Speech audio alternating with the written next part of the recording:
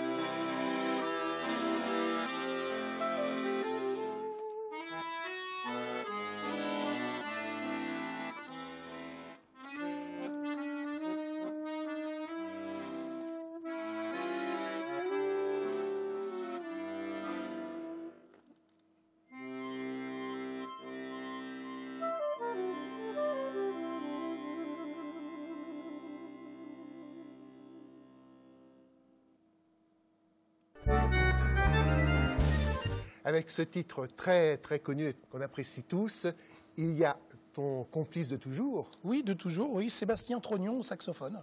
Alors, tu diriges un orchestre? Oui. Un orchestre de variété? Oui, de variété, de musiciens qui sont issus de la variété.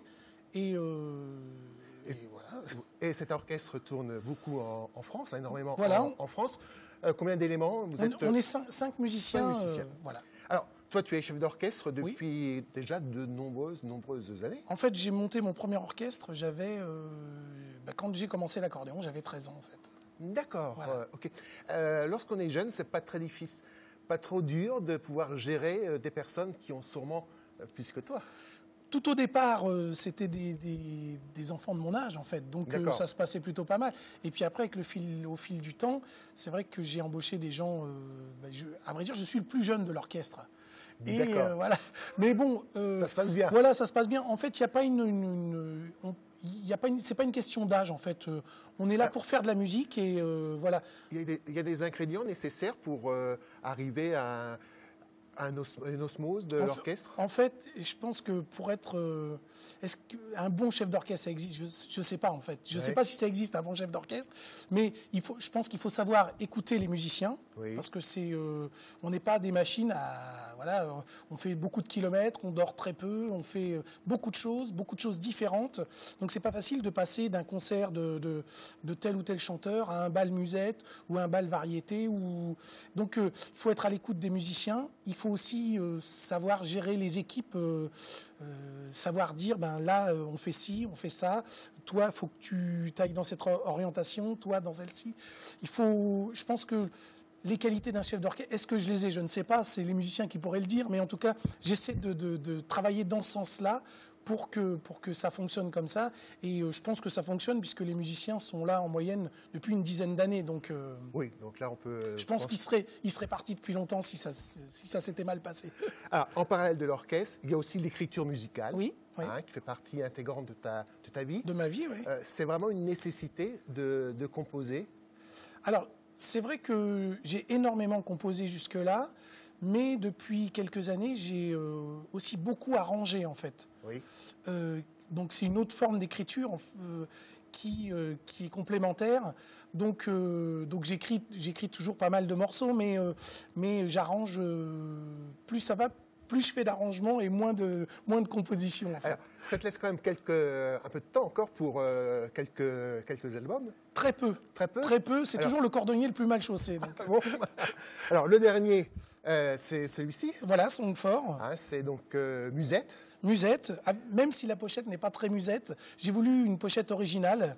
Ça faisait longtemps que je n'avais pas sorti d'album, donc je m'étais dit, voilà, je vais faire quelque chose d'original. Et puis l'avant-dernier. Voilà, l'avant-dernier. C'est plutôt jazz. Voilà, même, autant le dire, je ne suis pas un jazzman. Non, je ne suis pas un jazzman, mais j'aime les cuivres, et j'ai enregistré ce disque avec le Big Band de Paris, et ça a été un pur plaisir. Et c'est très, très, très sympa à écouter. D'ailleurs, on repart dans un autre univers, un homme et une femme.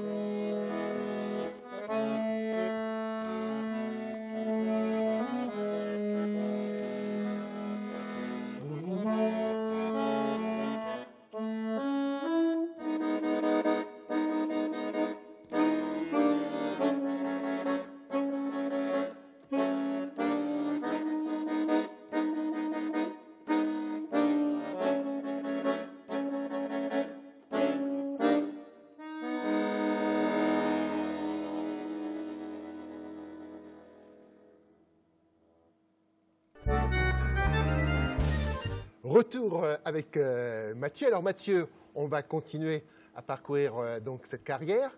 Et puis il y a aussi le studio d'enregistrement. Oui. Alors un studio que tu as ouvert il y a déjà quelques années.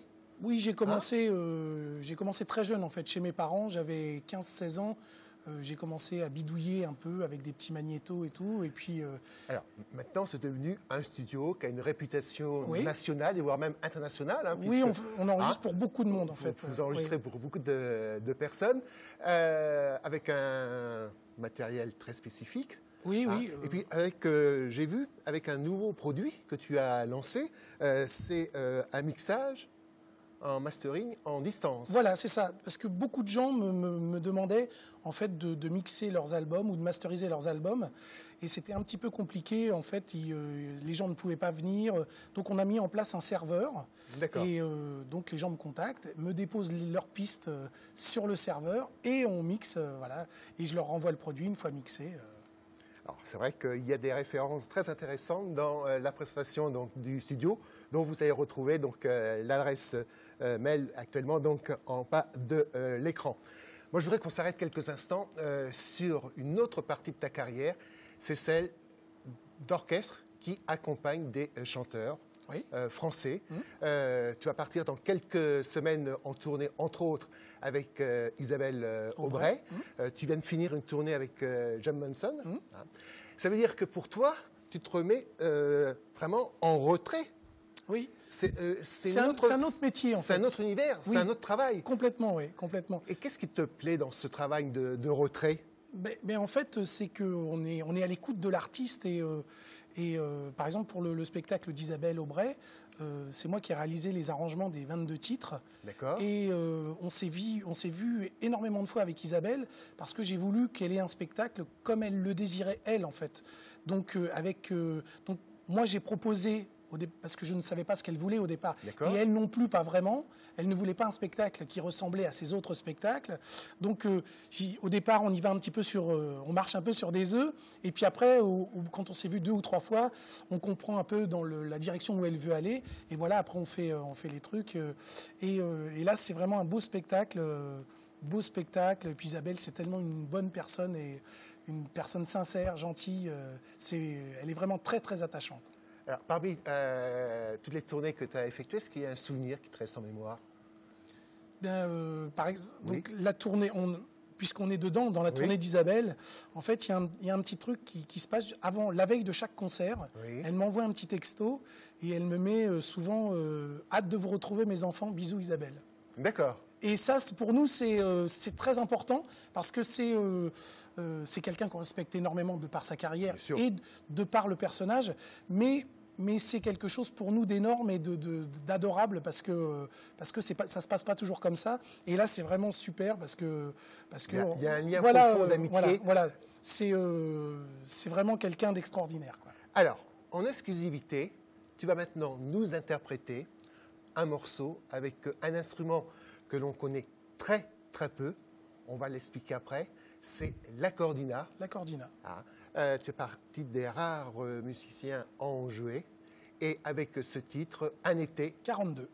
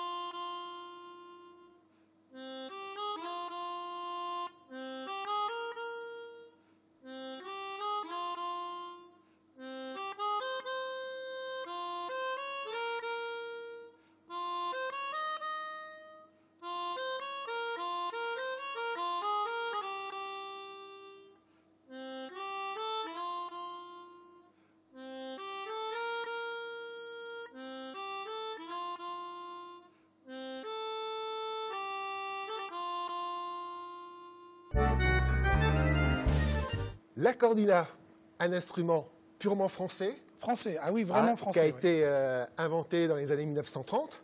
Un peu plus tard, dans les années 50. Oui, 50. Le premier par André Borel. Voilà. Borel. Un instrument qui a la double particularité, celui de l'accordéon et celui de l'harmonica. Voilà, c'est ça. Alors, tu peux nous expliquer en 2 mots le fonctionnement? Eh bien, en fait, on souffle ici, voilà, oui. Et ça, on a le clavier main droite de l'accordéon. Et donc là, c'est un jeune créateur, fabricant d'accordina qui s'appelle Joseph Carrel et qui fait des instruments magnifiques. Et voilà, et c'est un régal de jouer avec cet instrument. Qu'est-ce que tu apprécies dans cet instrument? En fait, il y a un son bien particulier et on retrouve, par rapport à beaucoup d'autres, on retrouve vraiment le toucher de l'accordéon avec la même compression de touche. Et c'est vraiment très, très agréable à jouer. Alors, faut dire que cet instrument, on le trouve aussi dans le jazz. Dans le jazz, pas mal dans la variété aussi maintenant. Oui. Beaucoup de gens s'en servent. Maintenant, ça remplace un peu aussi l'harmonica. Oui, Ludovic Beyer, qu'on avait reçu Ludo, dans les, Ludo l'utilise. Il y a aussi et très bien d'ailleurs. Richard Galliano qui l'utilise. Donc vraiment un instrument magnifique avec une sonorité pure. Alors, on va écouter dans quelques instants donc, le dernier titre, qui s'intitule Espoir. Espoir. On va se quitter ensemble sur ce titre, mais je voudrais quand même vous rappeler que vous pouvez retrouver toute la programmation du cabaret Le Pâtisse au Mans sur leur site internet. Et en musique, eh bien, on se donne rendez-vous le mois prochain pour une nouvelle balade musicale. Et croyez-moi que le mois prochain, on va aller très, très, très loin. On va partir en Amérique du Sud le mois prochain. Allez, bonne fin d'émission en notre compagnie.